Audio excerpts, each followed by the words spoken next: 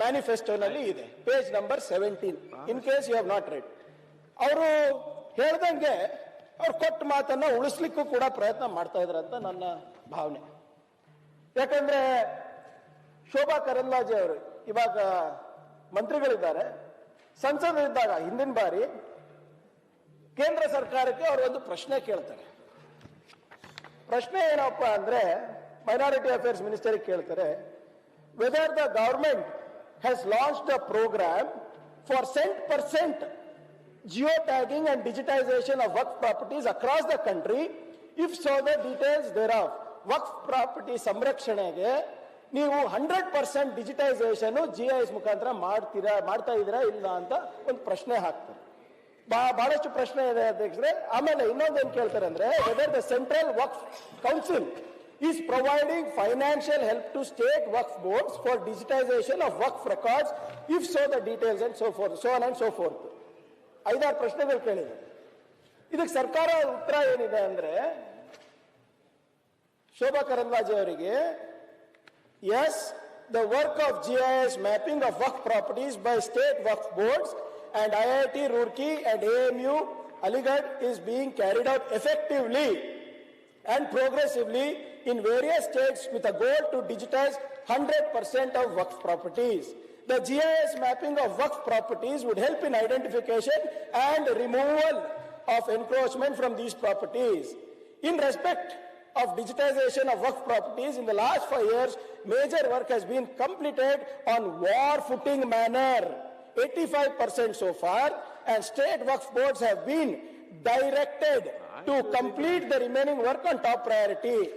ಇದಕ್ಕೋಸ್ಕರ ಕೇಂದ್ರ ಸರ್ಕಾರ ಸವಿಸ್ತಾರವಾಗಿ ಉತ್ತರ ಕೊಟ್ಟು ಫೈನಾನ್ಷಿಯಲ್ ಅಸಿಸ್ಟೆನ್ಸ್ ಕೂಡ ನೀಡುತ್ತಾರೆ. ಎಷ್ಟು? 28 ಸ್ಟೇಟ್ ವಕ್ಫ್ ಬೋರ್ಡ್ಗೆ ಸುಮಾರು 12 ಕೋಟಿ ರೂಪಾಯಿ, 335 ಕೋಟಿ ರೂಪಾಯಿ ಕೇಂದ್ರ ಸರ್ಕಾರ ವಕ್ಫ್ ಆಸ್ತಿಗಳನ್ನ GIS ಮ್ಯಾಪಿಂಗ್ ಆಗಬೇಕು, ಡಿಜಿಟೈಸೇಷನ್ ಆಗಬೇಕು, ಟ್ಯಾಗಿಂಗ್ ಆಗಬೇಕು, ಸಂರಕ್ಷಣೆಗೋಸ್ಕರ ಕೇಂದ್ರ ಸರ್ಕಾರ ಮಾಡಿರೋದು. ಇದನ್ನ ನಾನು ಒಪ್ತೀನಿ, ಇದನ್ನ ನಾನು ಮೆಚ್ತೀನಿ. ಯಾಕಂದ್ರೆ ಅವ್ರ ಪ್ರಣಾಳಿಕೆನಲ್ಲಿ ಹೇಳಿದ್ದಾರೆ, ವಕ್ಫ್ ಆಸ್ತಿನ ಉಳಿಸ್ತೀವಿ, ಬೆಳೆಸ್ತೀವಿ ಅಂತ. ಅದ್ರ ತಕ್ಕಂಗೆ GIS ಮ್ಯಾಪಿಂಗ್ ಮಾಡ್ತಾ ಇದ್ದಾರೆ. ಮಧ್ಯದಲ್ಲಿ ನಮ್ಮ ರಿಜ್ವಾನ್ ಅರ್ಷದ್ ಅವರು ಮಾತನಾಡೋ ಸಂದರ್ಭದಲ್ಲಿ ಒಂದು ಬಹಳ ಪ್ರಮುಖವಾದಂತ ಅಂಶವನ್ನ ಹೇಳಿದ್ರು. ನಮ್ಮ ಆಪೋಸಿಷನ್ ನಲ್ಲಿರುವಂತಹ ಸ್ನೇಹಿತರು ಯಾರು ಇದ್ರ ಬಗ್ಗೆ ಚಕಾರ ಎತ್ತಾ ಇಲ್ಲ. ಯಾಕಂದ್ರೆ ಇದು it's a very easy thing to corner Congress. ಇದರಲ್ಲಿ ಅನ್ವರ್ ಮಾನ್ಪಡಿ ರಿಪೋರ್ಟ್ ಅಂತ ಹೇಳಿದ್ರು. ಅನ್ವರ್ ಮಾನ್ಪಡಿ ಯಾರು? ಶ್ರೀ ಅನ್ವರ್ ಮಾನ್ಪಡಿ ಅವರು ಬಿಜೆಪಿಯಿಂದ ಆಯ್ಕೆ ಆದಂತ ರಾಜ್ಯ ಅಲ್ಪಸಂಖ್ಯಾತ ಆಯೋಗ ಮಾಜಿ ಅಧ್ಯಕ್ಷರು, ಅಪಾಯಿಂಟೆಡ್ ಬೈ ಬಿಜೆಪಿ ಪಾರ್ಟಿ. ಮತ್ತೆ ಬಿಜೆಪಿಯ ವಕ್ತಾರರು. ಬಿಜೆಪಿ ಪಕ್ಷದಲ್ಲಿ ಮೋದಿ ಅವರ ಸಬ್ಕಾ ಸಾಥ್, ಸಬ್ಕಾ ವಿಕಾಸ್, ಸಬ್ಕಾ ವಿಶ್ವಾಸ್ ಆ ಜೆಂಡವನ್ನ ಇಟ್ಕೊಂಡು ಇಡೀ ರಾಷ್ಟ್ರದಲ್ಲಿ ಓಡಾಡುವಂತ ವ್ಯಕ್ತಿ ಬಿಜೆಪಿಯವರು, ಕಾಂಗ್ರೆಸ್ನವರಲ್ಲ. ಅವರು ಒಂದು ವಕ್ಫ್ ಸ್ಕ್ಯಾಮ್ ಎಕ್ಸ್ಪೋಸ್ ಮಾಡಿದ್ರು. ವಕ್ಫ್ ಸ್ಕ್ಯಾಮ್ ಏನಂತ ಹೇಳ್ತಾರೆ, ಅದರಲ್ಲಿ 4 ಲಕ್ಷ ಕೋಟಿ ರೂಪಾಯಿ ಸ್ಕ್ಯಾಮ್ ಆಗಿದೆ. ಅದರಲ್ಲಿ ಕಾಂಗ್ರೆಸ್ ಲೀಡರ್ಸ್, JDS ಲೀಡರ್ಸ್ ಎಲ್ಲರೂ ಕೂಡ ವಕ್ಫ್ ಆಸ್ತಿಯನ್ನ ಕಬಳಿಸಿದ್ದಾರೆ. 4 ಲಕ್ಷ ಕೋಟಿ ಸರ್, 4 ಲಕ್ಷ ಕೋಟಿ. I am coming sir. ಎಷ್ಟು ಸರ್? ತೊಂದರೆ ಇಲ್ಲ, ಇಲ್ಲ 4 ಲಕ್ಷ ಆಗಿದೆ ಅಂತ ಸರ್. ಈಗ ನಾ ಹೇಳ್ತೀನಿ, ಕಂಟಿನ್ಯೂ ಮಾಡಿ. ಆಮೇಲೆ ಅಲ್ಲೇ ಅದೇ ಹೇಳೋದು ನಮ್ಮ ಪಾಲೇ, ಅದಕ್ಕೆ ಹೇಳ್ತಾ ಇರೋದಲ್ಲ ನಮಗೂ ಸಿಕ್ಕಾಕ್ಸ್ರಿ ಅಂತ. ನನ್ ಕೇಳೋದ್ ಬಿಟ್ಟು ಬಿಜೆಪಿ ಕಚೇರಿನಲ್ಲಿ ಕೇಳ್ಬೋದಾಗಿತ್ತಲ್ಲ, ಇಲ್ಲಿಗೆ ಯಾಕೆ ಬಂದಿರಿ? ಈಗ ಅವ್ರೇನ್ ಹೇಳ್ತಾರೆ ಅಧ್ಯಕ್ಷರೇ, ಜೂನ್ 27, 2022 ಒಂದು ಪ್ರೆಸ್ ಹೇಳಿಕೆ ಕೊಡ್ತಾರೆ. ಅದರಲ್ಲಿ ಏನಂತ ಅಂದ್ರೆ, minorities are being harassed.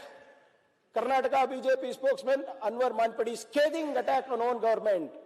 In a letter to Karnataka Chief Minister Basavaraj Bommai and Home Minister Arga Gnanendra, Anwar questioned the government's failure to protect waqf properties while pointing out that the minorities were being harassed in various ways. ಮುಂದುವರ್ತಾ ಅವ್ರು ಏನ್ ಹೇಳ್ತಾರೆ, ಇದು ತಮ್ಮ ಪಾಯಿಂಟಿಗೆ ಬರ್ತದೆ sir.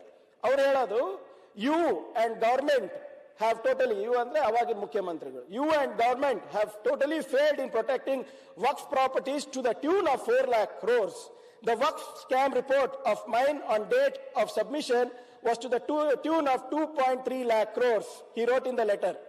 Anwar said that the said government had failed to address the issues of minorities on all fronts and thus failed Prime Minister Modi's concept of Sabka Saath, Sabka Vikas. ಮುಂದುವರ್ತಾ ಹೇಳ್ತಾರೆ ಅಧ್ಯಕ್ಷರೇ, the Jagdish Shettar cabinet approved my report. It was not tabled in the assembly. Also no action was taken. When B.S. Yediyurappa was the CM, he just showed lip sympathy instead of taking action. He also attacked both Jolle and Law and Parliamentary Affairs Minister J.C. Madhuswamy, accusing them of electing Maulvi Shafi Sadi as the chairman of Waqf Board despite the latter facing corruption charges. ಇದು ಯಾಕೆ important ಅಂದ್ರೆ ಅಧ್ಯಕ್ಷರೇ, ಈ report ಇರಬಹುದು ಅಥವಾ ಇದನ್ನ ಯಾಕೆ table ಮಾಡಿಲ್ಲ ಅಂತ ಗೊತ್ತಾಗ್ತದೆ. ನಾನು ಮತ್ತೆ ಸ್ವಲ್ಪ ರಿಸರ್ಚ್ ಮಾಡಿದೆ ಅಧ್ಯಕ್ಷರೇ, ಈಗ ಬಹಳ ಇಂಟ್ರೆಸ್ಟಿಂಗ್ ಆಗ್ತದೆ ಇದು. ಅದೇ ಸರ್, ಅವರು ಅದನ್ನು ಹೇಳಿದ್ದಾರೆ, ಅವರು ಟೇಬಲ್ ಮಾಡಿದ್ದಾರೆ ಬಿಕಾಸ್ ಆಫ್, ಕೇಳಿ ಸರ್, ಸರ್ ನೀವು ಪದೇ ಪದೇ ಯಾಕೆ ಹೇಳ್ತೀರಿ ಅಂತ ಕೇಳಿದ್ರಲ್ಲ ನನಗೆ, ಸುಳ್ಳು ಹೇಳೋದು ಕೇಳ್ತೀನಿ, ನಾನು ಡಾಕ್ಯುಮೆಂಟ್ಸ್ ಜೊತೆ ಹೇಳ್ತಾ ಇದ್ದೀನಿ. ಬಹಳ ಸ್ಪಷ್ಟವಾಗಿ ಇದೇ ನಿಮ್ಮ ವಕ್ತಾರರು ಏನ್ ಹೇಳಿದ್ದಾರೆ, ಸುಪ್ರೀಂ ಕೋರ್ಟ್ ನಲ್ಲಿ ಏನೋ ಒಂದು ಚಾಟಿ ಬೀಸಿದ್ಕೆ ಕಾಟಾಚಾರಕ್ಕೆ ಸಬ್ಮಿಟ್ ಮಾಡಿದ್ದಾರೆ, but it is not as per the act ಅಂತಾನೆ ಅವರೇ ಹೇಳಿರೋದು. ಸ್ವಲ್ಪ ನೀವು ಅಧ್ಯಯನ ಮಾಡ್ಕೋಬೇಕು, ನಿಮ್ಮ ವಕ್ತಾರರು ನಿಮ್ಮ ಅಧ್ಯಕ್ಷರು ಏನ್ ಮಾಡ್ತಾರೆ ಅಂತ. ಅವರು ಏನ್ ಮಾಡ್ತಾರೆ, ಬೇಸತ್ತು ಹೋಗ್ತಾರೆ ಅಧ್ಯಕ್ಷರು. ಬೇಸತ್ಬಿಟ್ಟು ಸೀದಾ ನರೇಂದ್ರ ಮೋದಿ ಅವರಿಗೆ, JP ನಡ್ಡಾ ಅವರಿಗೆ ಪತ್ರ ಬರೀತಾರೆ. ಏನಂತ ಬರೀತಾರೆ ಅಂದ್ರೆ, I was offered to forego the report of whatever fund I asked for by our leader, B.S. Yediyurappa's own son. It is not lakhs or crores, it is trillions that have been agreed upon by opposition and our leader Yediyurappa to suppress this report. I challenge B.S. Yediyurappa to hand over the Waqf scam report and Lokayukta finding report to the CBI. ಈಗ ಇಲ್ಲ ಆಗಲ್ಲ, ಒಂದ್ ನಿಮಿಷ sir, ಯಾಕೆ ಗಡ್ಬಿಡ್ ಮಾಡ್ಲತ್ತೀರಿ? ಇನ್ನ ಬಂದೇ ಇಲ್ಲ, ನಿಮ್ಗೆ ಸಹಾಯ ಆಗುತ್ತೆ. ಅರೆ ನೀವೇ ಲೀಡರ್ ಆಗೋರು ಇದ್ರಲ್ಲಿ, ಒಂದ್ ನಿಮಿಷ ಇರಿ. ಯಾಕೆ ಅರೆ ತನಿಖೆ ಮಾಡ್ತಾ ಇಲ್ಲ ಸರ್, ಇವರು ಮಾಡ್ಕೊಂಡಿದ್ದಾರೆ. 1.5 ವರ್ಷ ಆಯ್ತು ಸರ್ಕಾರ ಬಂದು, ನಾವು ರಿಪೋರ್ಟ್ ಸರಿ ಇಲ್ಲ ಅಂತಾನೆ ಹೇಳಿ. ಈಗ 1.5 ವರ್ಷ ನಿಮ್ಗೆ ಅವ್ರಿಗೆ ಚಲೋ ಈಗೇನೋ ಕೇಳ್ಬಿಟ್ಟು ಇಲ್ಲೇಬೋದಾ? ಈಗ ಸರ್, ನಿಮ್ ಲೀಡರ್ ಮಾಡಕ್ ಹೊರಟಿವಿ, ನೀವು ಯಾಕೆ ಬೇಜಾರು ಮಾಡ್ಕೊಳ್ಳತ್ತೀರಿ? ಕಡೆಗೆ ನೀವು ಮಾಡುದಿಲ್ಲ. ಆಯ್ತು ಸರ್, ಒಳ್ಳೇದಾಯ್ತು, ನಿಮ್ಗೆ ಒಳ್ಳೇದಾಯ್ತು. ಈಗ ನೀವು ಲೆಟರ್ ಬರೀತಾರೆ ಅಧ್ಯಕ್ಷರೇ, ಪ್ರೈಮ್ ಮಿನಿಸ್ಟರ್ಗೆ ಲೆಟರ್ ಬರೀತಾರೆ. ಯಾರು?